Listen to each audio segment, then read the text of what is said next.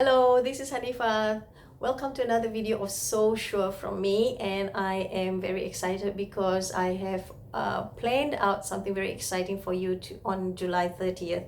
Now, I have already asked you two basic questions, which is where your fear comes from, or what are your top three fears, and then secondly is where your confidence comes from. Do you notice that when you put your fear and your confidence, the text that you have sent me, if you put them together, you notice that when you talk about your fear, you list it down and you're able to list it very, very clearly. You know your fear very well. And when you're looking at your confidence, I notice that there is very little that you can say about your confidence. Now, these two are very closely related. In what way? Because it may not help you if you are not able to be confident of what define your confidence well, but you're able to define all your fears. Then something is not going to. Then you are constantly being surrounded by this fear around you that you're not able to push yourself. Because confidence does not come because you have overcome fear. Confidence come because you understood where this fear from and using that fear as your energy source, and it will push you along, drive you forward. Now, if you're a driver and you drive, if you're a driver, you know that driving is, you need a lot of confidence to drive, okay? Yet, people are fearful, and then if you have fear, you doubt yourself, you can't hold on to the steering wheel and then you can start driving. No way, you can't do that, right? But how did they overcome the fear? Is that they have to put it behind them, not in front of them. As long as you have fear in front of you and it's well defined, it will only be greater than the level of your level of confidence. You are not able to move forward. So this is what I'd like you to do, is to improve on the text that you have sent me. The question I gave you was where does your confidence come from?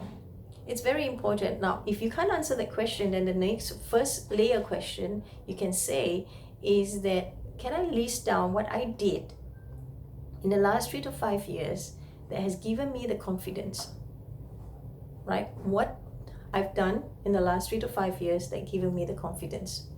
And I define very clearly that it needs to have numbers, which is time, and numbers, which is the number of people that you have influenced, the number of clients that you have met, and the amount of money that you have made. Numbers are very important in building confidence. Numbers will quantify just how much you have stretched out, how much time you have spent on building yourself up.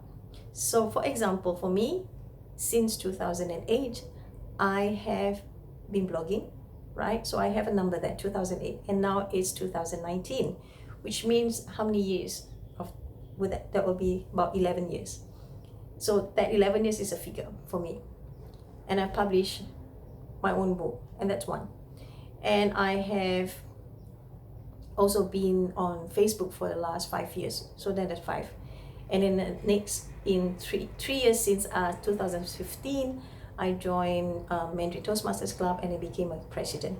So that's 3 years, right? And I have influenced more than, I would say, 5,000, people on stage and online. So that's numbers, okay?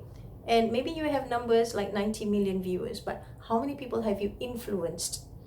How many people have you met, okay? How many people have you been in contact with or helped to? So it grows your confidence. Confidence comes from having the experience working on your skill and using that skill to help others. So 2 things you need to do. 1 is to improve on your text that you have sent me and submitted to me on where your confidence comes from. And secondly is look at your fear and put it side by side and see which one is more defined, right? And send it to me, and I'll see you in the next video. Bye-bye.